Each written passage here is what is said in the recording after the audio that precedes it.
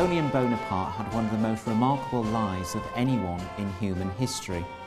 He rose from the obscurity of being a Corsican artillery officer to being the first consul of France, and afterwards declared himself Emperor of the French.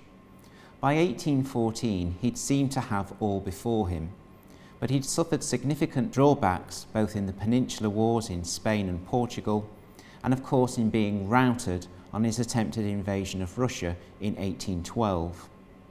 Faced with internal dissension amongst his closest allies, he abdicated the throne in 1814.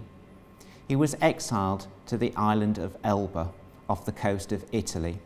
There he was imprisoned under a form of house arrest.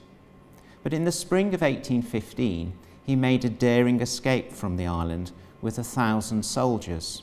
He landed in the south of France, made his way up through the protected mountainous districts where he was not exposed to any unpopularity, and restored himself as emperor in Paris in the spring of 1815. He then proceeded to try and intercept the forces of the British under Wellington and the Prussians under Blucher, and that led to the confrontation at Waterloo.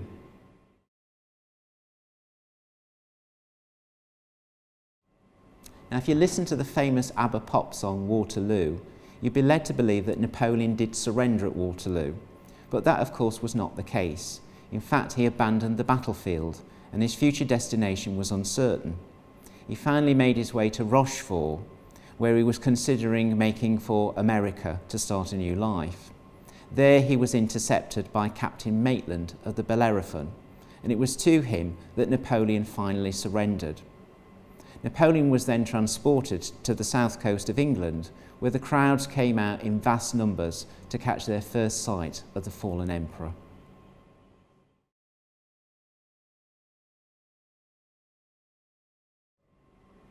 After considerable doubt and delay, Napoleon was sent off to the island of St. Helena, deep in the South Atlantic, where it was believed he would cause no further problems.